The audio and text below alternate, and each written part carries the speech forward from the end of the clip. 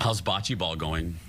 Good. We are 2-1 right now. Wow. Producer Bjorn plays bocce, so you know what that means. Director Leo is no longer the person on our staff playing the most odd sport. Sporty Spice. I mean, curling's in the Olympics, at least. Oh, Ooh, that was bocce shade right there. Wow. Come from my bocce balls. Roll the open. Every day. Here we go. Let's make it a good day. Every day. We do it our own way. Sing it out every day. Yeah, let's make it a good day. Every day. Oh, no matter what they say. Oh, yeah. now, here's Jason.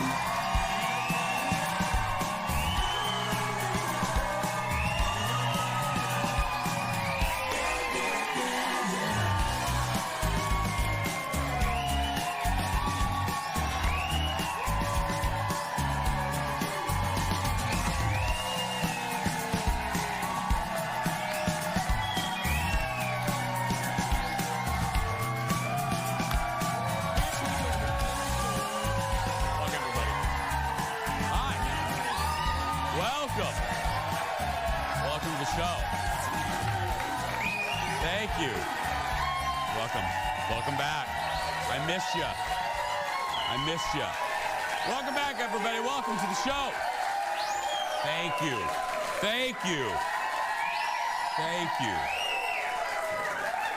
Welcome to the show. Oh. What is that? Oh. Thank you. Let's do this. When the show starts to go down the crapper, just blow that, okay? Oh, there we go. Yeah. Welcome to the show. Hey, I'm sure you guys heard we have a new pope. Woo! That's right. First ever, an American pope. Here he is. It's Pope Leo. No. That's no.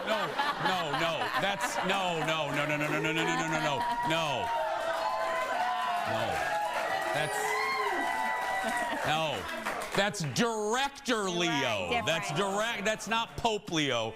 I mean, basically to us, same thing. Both Leos are very important to me. I'm not kidding.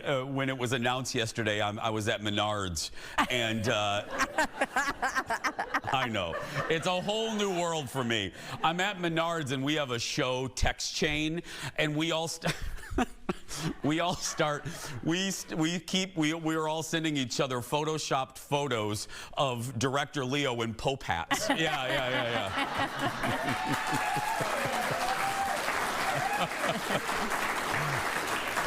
Ladies and gentlemen, give it up for Fallon. There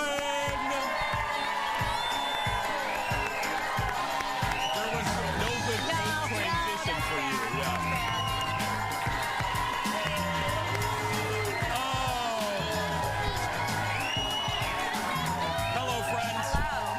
How you doing? I'm good. My favorite meme is that since he's from like the Midwest, that it'll be the first pope to say "ope." So I am excited for that. I'm excited. We have a collection of jokes coming up, and there were so many. I love it because I'm from the Chicago area. They're like, he's going to be the first pope to demand no ketchup on his hot dogs. Because in Chicago, don't you ever ask. No. Don't you ever ask for a hot dog with ketchup on it. Yeah, big thumbs down to that. Yeah, I know. Yeah. Okay. Speaking of text messages, can you and I were DMing back and forth. Will you show folks Olive's letter? Yeah, so every year teachers have their children do like a Mother's Day or Father's Day card where they fill in the blank, and every year my daughter has burned me and or made me look like a questionable mother. So let's start off. I have an image with "She doesn't know my name." Wait. My mom's name is Omo? Well, she spelled mom weird, but then the teacher wrote underneath of it, "doesn't remember." So we'll start with the fact that she doesn't know my name. She does think I'm 26 years old, though, so I do like that.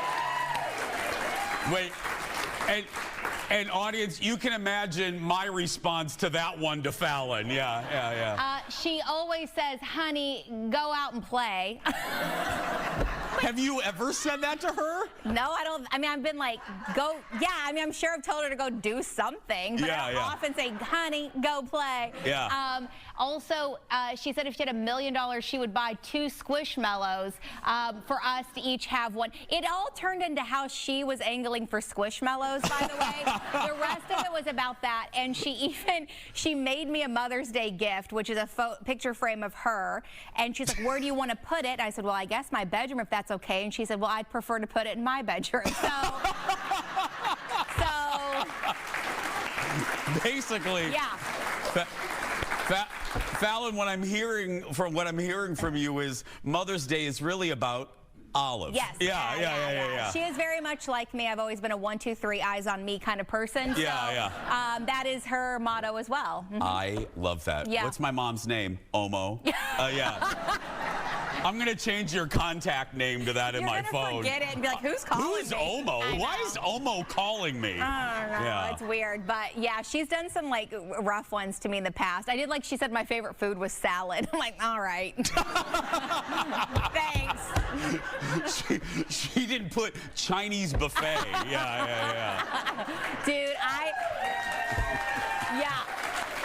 he said this because I have the wildest day. I'm going right after the show to get a spray tan, and then I'm going to a Chinese buffet for lunch. I have a wild day ahead of me. We did. I go, girl, what's your day like? She goes, I'm getting a tan, and then I'm going to a Chinese buffet. I'm like that, and then having wine. Yeah. Let's get started, everybody. It's time for the hot dish. Roll it, Leo. Let's get. Woo. I meant to say, roll it, Pope Leo. Yes. Yeah, that's right. Yeah. First up, daytime shakeup. New reports say a familiar face may be back on TV sooner than we first thought. Remember last month when the rumors started that Kelly Clarkson was going to leave her own show? Well, the rumors are back. And they're bigger this time because Kelly's contract ends next year. And insiders say she wants to move to the South and be with her children more. Well, now NBC may have someone in mind in the family to take over her show because they own it. They distribute it. Hoda Kobt.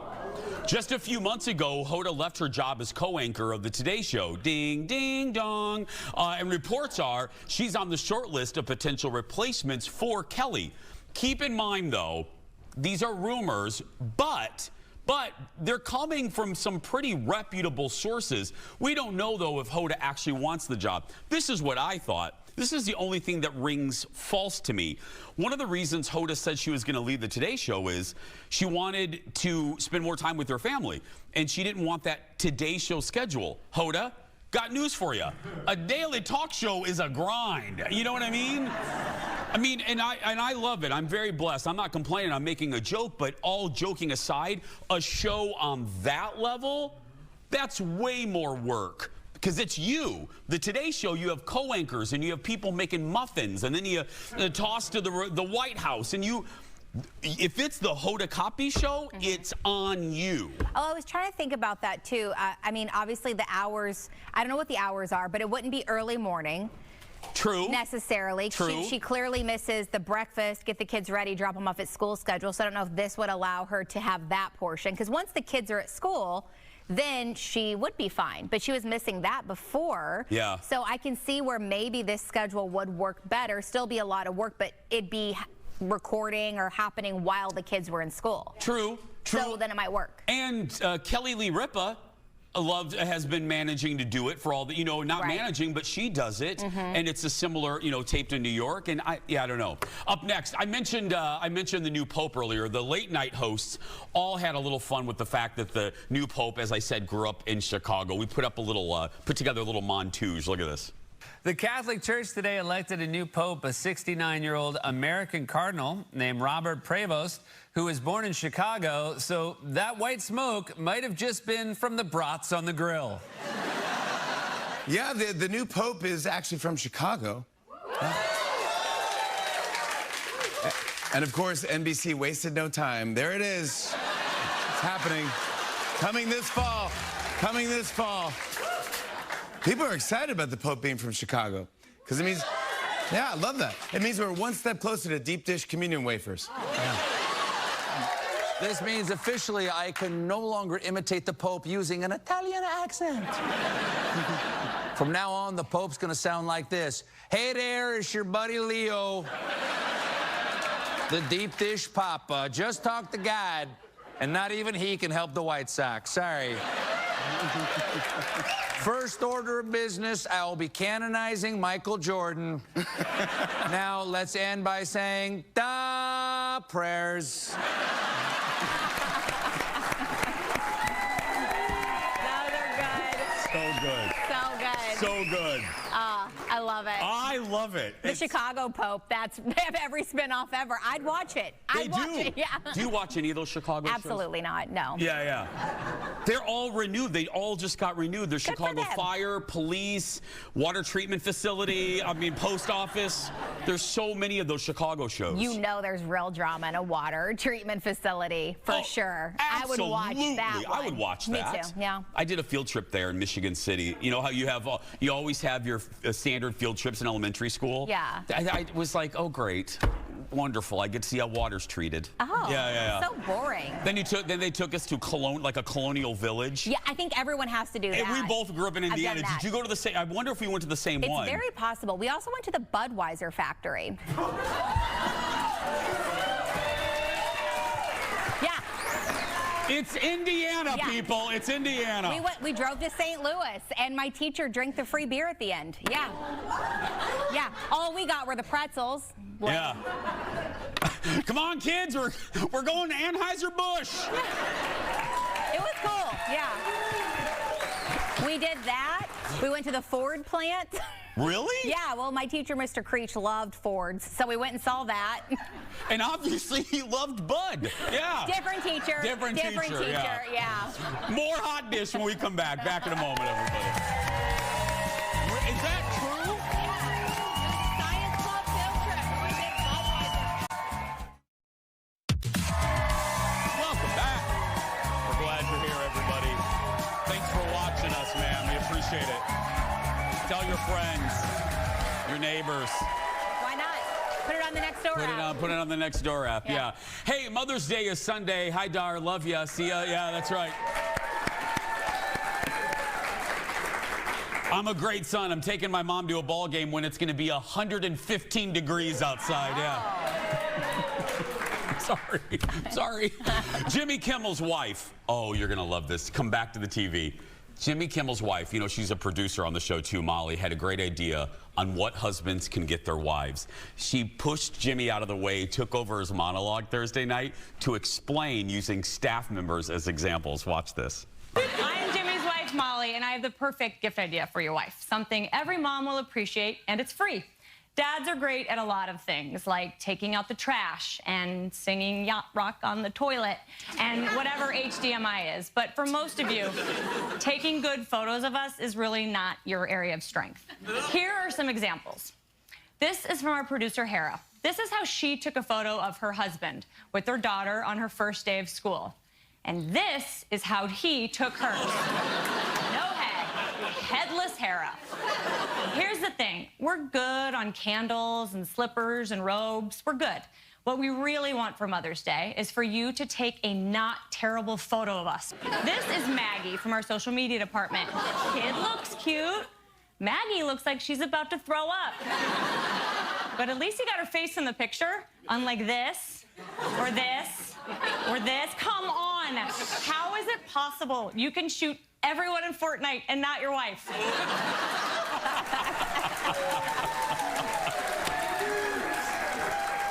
Well, Also, you're not shooting on a 35 millimeter. It's an iPhone where you can actually see the person on the screen. There's no reason. and again, you are the exception. Your husband is actually really great at taking photos of you. Yeah, the ones I post. He takes plenty of terrible ones of me that I'm like, if that sees the light of day, I'll cut you. So, Yeah. you know, yeah. Oh, that's how that Yeah, works. That's yeah. how that, We have a joke within our friend group. Colin we always label pictures of his. I made a logo that says Colin Matheson Photography because we were at a zoo once, and every picture, you know, because you're going by quickly, every picture was of the animal's rear end. Like every picture, Colin, he would wait, he wouldn't get it in time, and then the animal would turn around, and it was just their big earth, you know, just every, so anytime we label it Colin Matheson Photography. Sticking with Kimmel next up, it's a topic that's come up several times on his show in the past weeks. Carol Burnett playing Wordle, okay? Julia Louis-Dreyfus was the first to reveal Carol's celebrity Wordle group, where she shares her daily score and often guesses the Wordle word in just 2 tries, which if you don't play, just know that's like genius level. Well, Allison Janney then confirmed the news on Kimmel's show, suspecting that Carol Burnett is cheating. Last night, Charlize Theron joined Jimmy, and she's also in Carol Burnett's Wordle group. Here's what she had to say about the allegations that Carol's cheating. Do you believe that Carol Burnett is really solving the Wordle in 2 almost every day? No. But I wake up every morning to her Wordle score, and it is the most. It's like not a good way to start the day. Yeah. If you scroll on it, she has no yellow letters. So like she gets it in 2 with no yellow letters. Ew. Like it's just green. Oh. She's a cheat. She's a cheat. We're watching you, Carol. We are watching you, and this investigation is not over. No, it's not. It's not. I love that. By the way, Jimmy said Carol invited Jimmy to be part of her group. Oh, yeah. That's an epic group to be a part of. That would be so fun. That would be. Yeah, because getting the yellow letter means the letter's in the word, you have it in the wrong place. The green letter means you got the letter and you have it in the right placement. Okay. Yeah. I've never played Wordle because I'm too competitive. Yeah. And I don't need one more thing to trigger me daily, so I just don't do it. I know myself. You and I should try it, just the two. No, within just the 2 of us for a week to see by the end of the week who would be. Yeah. Oh, people are very. Because we're both competitive. We're very competitive. And we were both educated at a Bud Light plant in Indiana. Yeah. It's true. It's true. It's so true. Next in the dish, let's talk movies. 3 beautiful people struggling to find lasting love. Oh, rough. It's like our autobiography. A new movie has Fallon really excited to go back to the theater. We're getting a new look at Dakota Johnson, the very unattractive Chris Evans, and the very unattractive Pedro Pascal in the rom-com. It's called Materialists. You're the matchmaker. You must know a lot about love. I know about dating. I'm probably not someone you want to date, because the next person I date, I'm gonna marry. Are you hitting on me?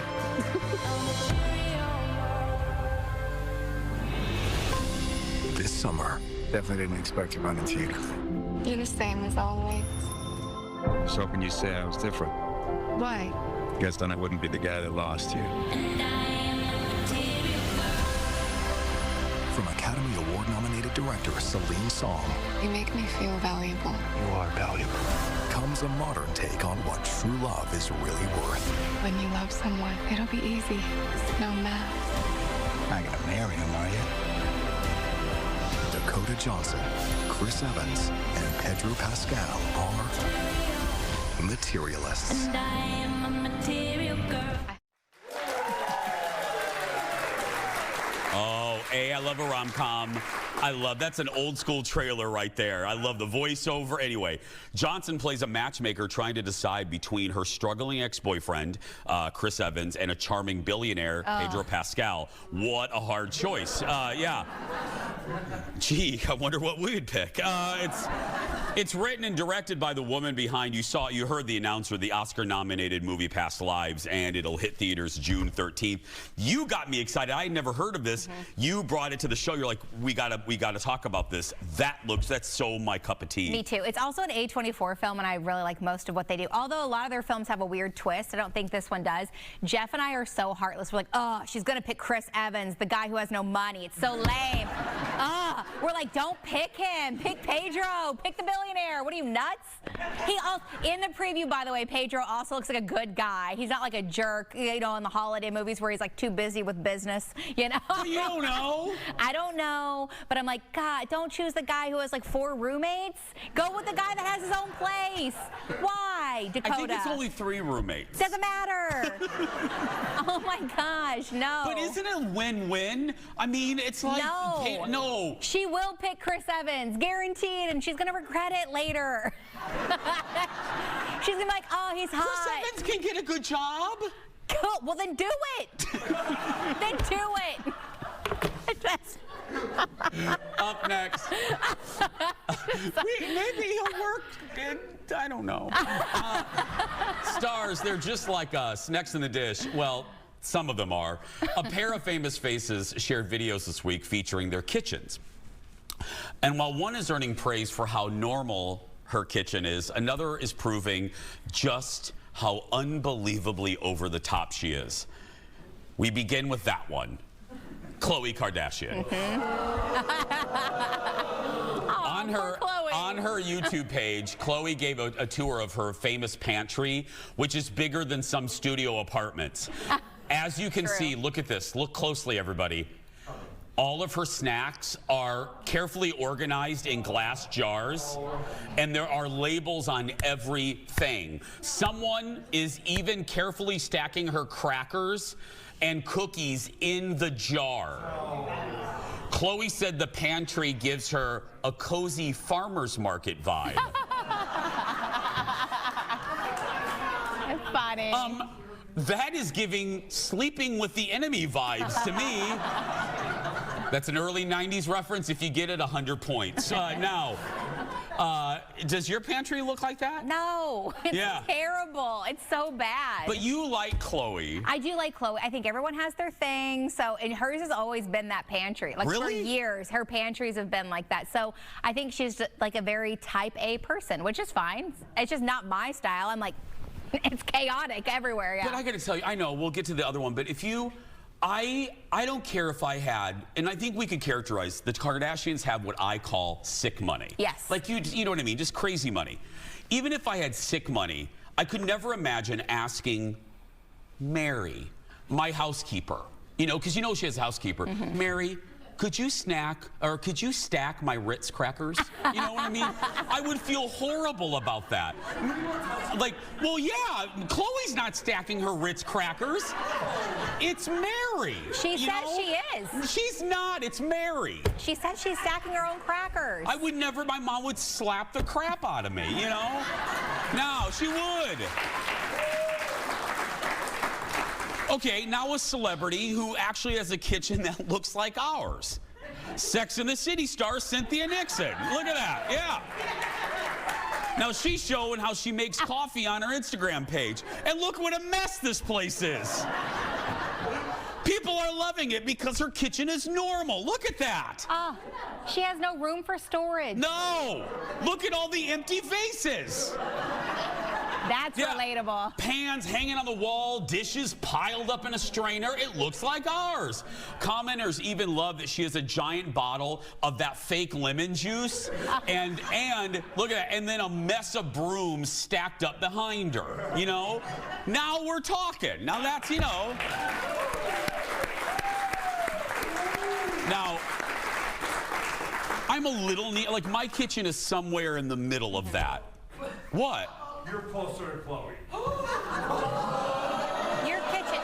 That's not an insult. That's your kitchen's very.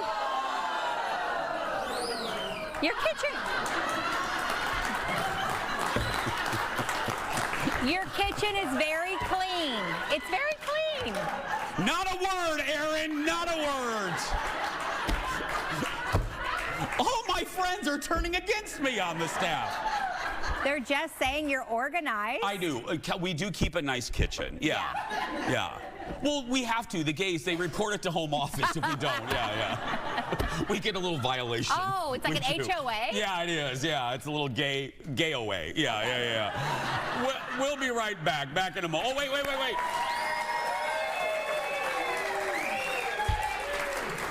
When we come back, wait until you hear what happened at my house yesterday. I'll tell you why I'm very mad at Cynthia Erivo. First, speaking of one of the friends that just turned against me, Stephanie Hansen is here. Talking about one of her favorite things, rhubarb. Don't miss her recipe for rhubarb coffee cake when we come back. Back in a moment, everybody.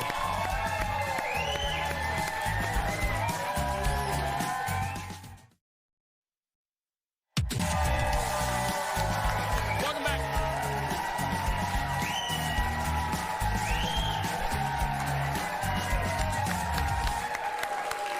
Welcome back. If you know anything about our guest today, it's that she's the #1 fan of rhubarb. That's right. And this time of year, she'll put that rhubarb in just about everything. And she's doing it today. Here with a cinnamon rhubarb coffee cake recipe. Foodie queen Stephanie Hansen, everybody. Hi, friend. Welcome back. Thank you. If you live in the Midwest, Yeah. you know what these are.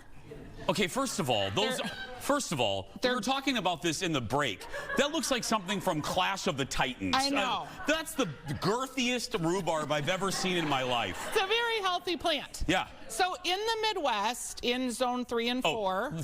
Pope Leo, thank you for the dramatic zoom into the girthy rhubarb. Yeah. Leo. In the Midwest, zone 3 and 4, we grow rhubarb. And it's an awesome plant. It gets very large. You can't eat the leaves because they have poisons and toxins in them, but you can eat the stems. That seems odd, but it's true. I never knew that. Yeah. Half the darn thing is poisonous? Pretty much. And we're putting it in coffee cake? Oh, yes, because it's so delightful. All right, so I actually counted, I have 22 rhubarb recipes on my website. I think it's my next book, honestly, because I love it so much. You should. I mean, we joked. This whole joke came up because Stephanie's here almost weekly, and we got to like 4 months out of the season, and Bjorn comes up and he goes, "Okay, Stephanie Hansen's coming Friday, and she's making." And I go, let me guess. Rhubarb. Rhubarb. And he goes, yeah. I'm like, what is like rhubarb pork ribs? I'm like, what? I mean, we're running out of recipes. Yeah. No, we have a lot of recipes still to go, believe me. Okay. Okay, so we're going to start by just making like a cake, right? 2 cups flour. Because all joking aside, this is your rhubarb coffee cake recipe. Yes. Yeah, okay. Baking soda, cinnamon, and 1 1/4 cup of sugar, right? Okay, so here's the thing about rhubarb. You want to use it. It's poisonous. Oh. No. It is poisonous. Yeah. You want to make sure that when you're getting it from your plant, that you pull it. Okay, don't cut it, because pulling it pulls out the whole stalk. Cutting it leaves a little bit open, and apparently parasites and things can get into your plant. So pull your rhubarb, cut the leaf off. You're making this sound so great. Yeah. I know. It is great, though. Okay. Okay, so to our dry mixture, we have wet, right? We have a cup of sour cream. Okay. 1/3 cup of buttermilk. Look at these amazingly beautiful eggs. Those are that my friend brought me from her. Oh, there we go. Yeah, there we go. My friend brought me from her chickens. Oh. Yeah. Yeah, because so I mean, nice. eggs, you know, a little expensive. Come from chickens. Yeah, well, I thank you. I appreciate. Yeah. You know. Thanks for that little animal lesson. Yes. Yeah. Okay, so we're gonna stir up, and look how beautiful those yolks are. Oh, we'll my put it goodness. up on the camera there. My little chicken heart just got so happy with the orangeness of those eggs. Okay, so we've got our wet ingredients. Okay. Mix in with our dry. Okay. Okay. And then our rhubarb. Whoa, look at that. We have about 4 cups. And is there, wait, before you add your egg mixture, I noticed just a standard cube as far as the cutting of the rhubarb? Like a 1/4 inch. Yeah. 1/2 inch, Okay, you know, got whatever you're feeling. Got it. And don't be worried that this looks a little curdly, right? Because we have the sour cream in there. Okay. So we're gonna mix all this up, and we're gonna put it in our pan, and then we're gonna add a little streusel topping. So why don't you mix that? Yes, ma'am. And over here, I'm gonna show you how to do streusel. Okay. Okay, we've got a little flour and brown sugar in our bowl. Yes, ma'am. I cut up little chunks of butter. I was gonna call it Buddy, because it's so good and buttery. And then... Did you eat a gummy before you came here? No, I'm just very excited. I'm very excited about rhubarb, I'm telling you. Antoinette, can we start checking these people for drugs before they come in here? Okay, so you're gonna get your pieces, your buttery pieces in here. Now watch, we're just gonna make like pie dough where you kind of moosh the butter with your hands. Okay. You guys, you see this red bracelet that I'm wearing? Yeah. The Buddha is a Buddha. No, not a Buddha. Who would it be? A booty? A Buddha. A monk. A Buddhist monk. That's who it is. The Buddhist monk gave it to me in January, and it's still lasting, and I can't take it off till it falls off. Okay. Do you want me to call an ambulance? Am I being that weird? Is there a doctor in the audience today? Anybody? Okay. You're mixing that up. You get it all mixed in. We're going to have to move it along here. I did want to show you. Okay. You're going to line your paper with parchment, but here's a little Hansen hack. Okay. Because that doesn't stay, right? No. So, you get it wet, and you wrap it up in a ball, and you squeeze it, and then you shake it out. He didn't even laugh. He's over me. No, I'm activating Siri to call a doctor. Yeah.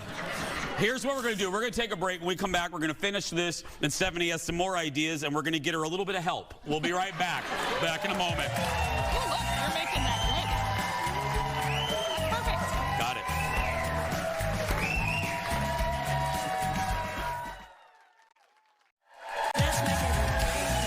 Welcome back.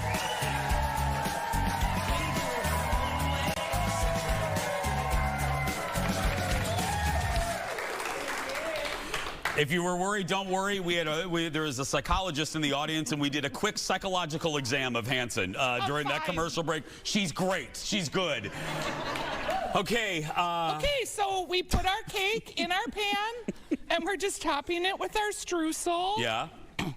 And then you're going to bake it for like 50 minutes. It takes a long time. And then you use your little tester, your, what is that called, toothpick, and you make sure that it comes out clean. And then you have the beautiful cake that I have in front of me. That's it. Yeah. It's really easy. Oh, yeah. Very. It's very, because it doesn't have to be perfect. I actually think it looks better just a little imperfect. Yeah, a little streusely, as it were. Yeah. Look at that. Okay, now can I cut? I'm going to cut and eat.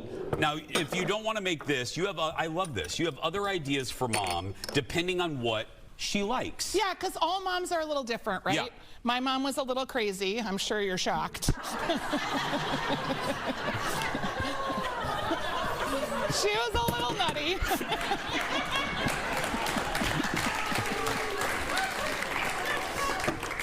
Please continue. Yeah. You would have liked her, though. I know, yeah. I thought, depending on the kind of mom that you have, these are the kind of recipes that you should make for her. So the first up, this is it right here. This is, I'm eating this while we're talking here. Yeah, okay, look at that. The first one, if your mom's a gardener, what do you make? Asparagus things. Because asparagus is coming. This is a really easy tart.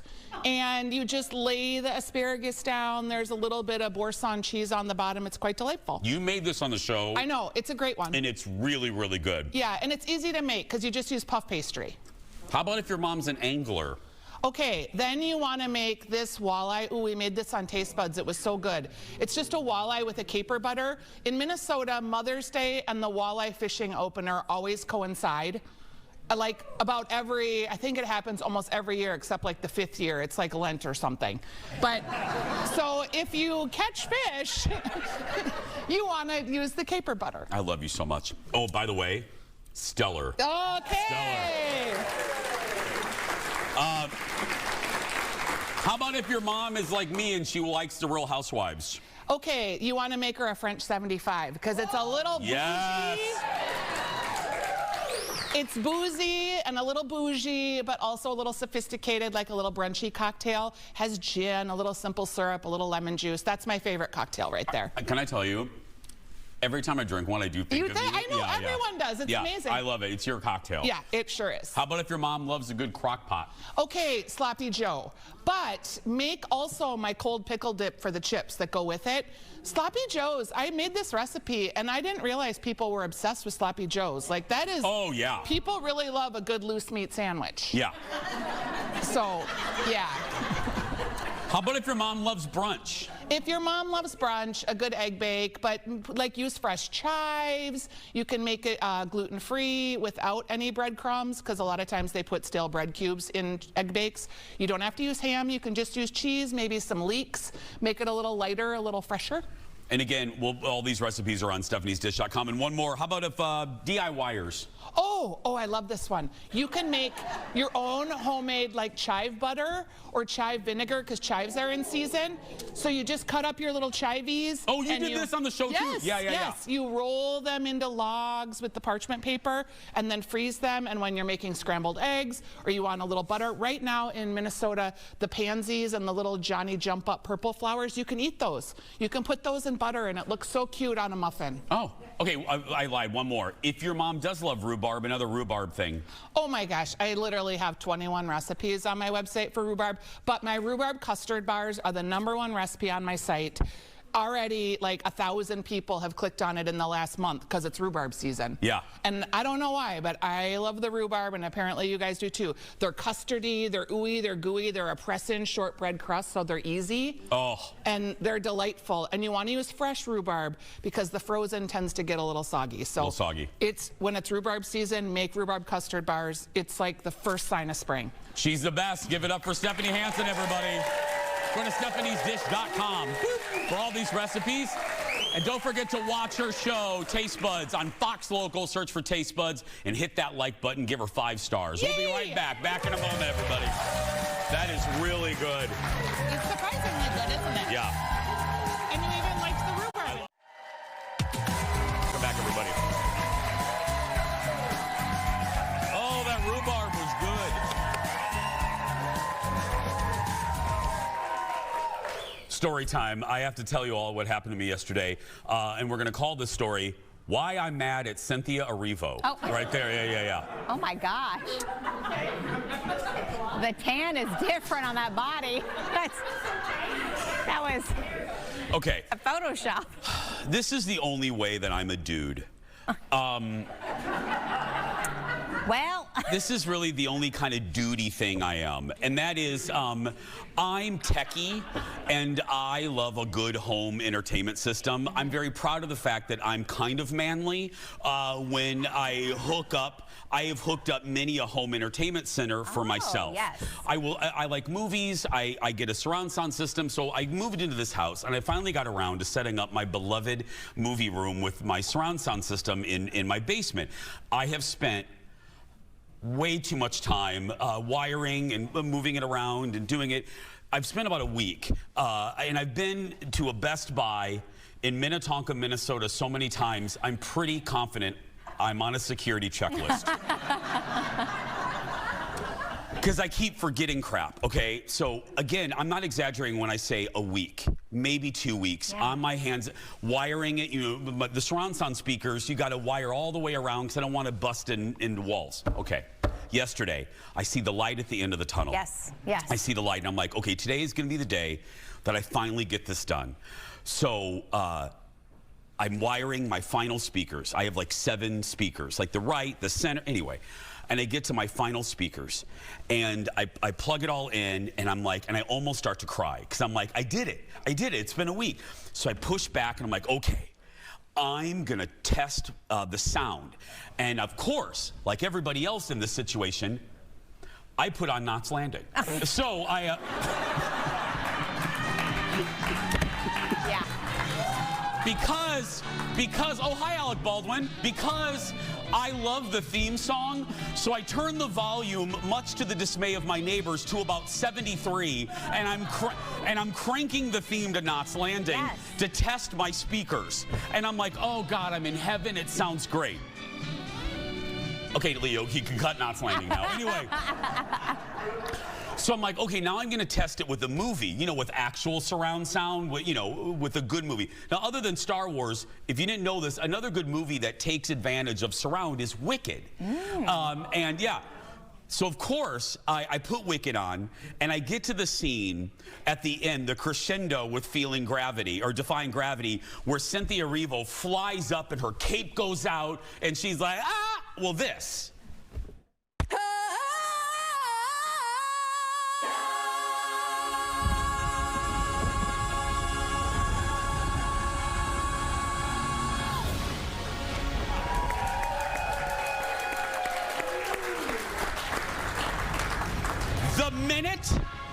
The minute it hit the crescendo, I heard this. And I'm looking around, it blew my speakers. Oh, no. And I'm like, what? And I'm like, oh God, and then it turned everything off. Cynthia Erivo turned everything off. So I'm like, I'm not religious, but I was like praying to everybody. I'm like, Jesus, new pope, everybody, please. And I turned the system back on. I'm like, let's try this one more time. So I sent Cynthia Erivo back up, and I'm like, So then I'm like, oh my God, Colin comes down, and he's like, what are you doing? He goes, I heard Elphaba, then I heard you screaming, and then I said, I think I broke one of my speakers. So I put Knots Landing back on, and then my right giant speaker sounded like this.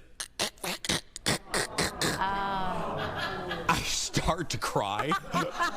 I've been there. And I've been there. I looked at Colin, I go, I got to go back to Best Buy.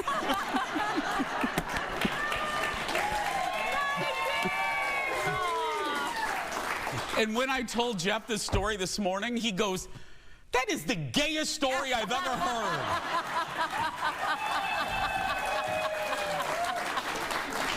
You tested your sound system with Wicked? And Knots Landing. And Knots Landing? We'll be right back. Back in a moment, everybody. Damn Cynthia Erivo. Cynthia Erivo owes me a speaker.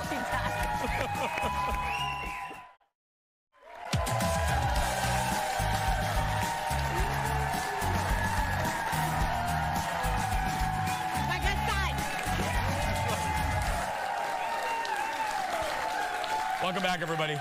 Another great week of shows coming your way next week. Here's a look at just a few of our guests and segments. On Monday, the OG, my girl, my friend, I can't wait, from the Real Housewives of New York, Jill Zarin, will be live to talk about her new empire. I can't wait for that. Then wine diva Leslie Miller will return. She's talking about the unofficial wine of summer, rosé. And you love these shows. Next Friday, it's the latest Best Thing Ever extravaganza with the Jason Show staff. We're showing you all the things that we are loving right now. We are loving a commercial break here. We'll be right back. Gotta pay the bills, girl.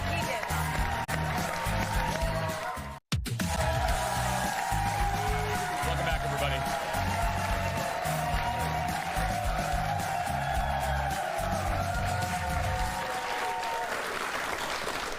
So I know that you're going to a Chinese buffet after the show. Yeah. And now after that story, you obviously know where I'm going after the show. The Minnetonka Best Buy. That's right. I'm so sad. I know. I feel so bad for you. I know. Cynthia Erivo, if you're watching, I know you made a lot of money off Wicked. Yeah. I think you owe me a speaker. That's I think, fair. you know what I mean? Just one. I just need one. Yeah. I really did. You know how it is when you finish a project. It doesn't have to be a summer, and something goes wrong. Like if you're building something, you know what I mean? Yeah, I don't do any of that, but like if I cook something, I don't build stuff, but if like I cooked something and it's like a recipe and I bought a ton of ingredients, you know, I'm like, why did I just go buy pad thai? Why did I spend $800 to make it? And then it tastes bad. I have cried over meals before. Yeah. I cried in my basement. My French Bulldog's looking at me like, what is up with you? Anyway. That's going to do it for us. I got to say, this show is 100 times better when we have a great studio audience, and this is one of them right here. I love these people, and I love you. We appreciate you watching. If you're a kid watching and you're being bullied, go out there and be yourself. No one can tell you you're doing it wrong. Bye, everybody. Get to that.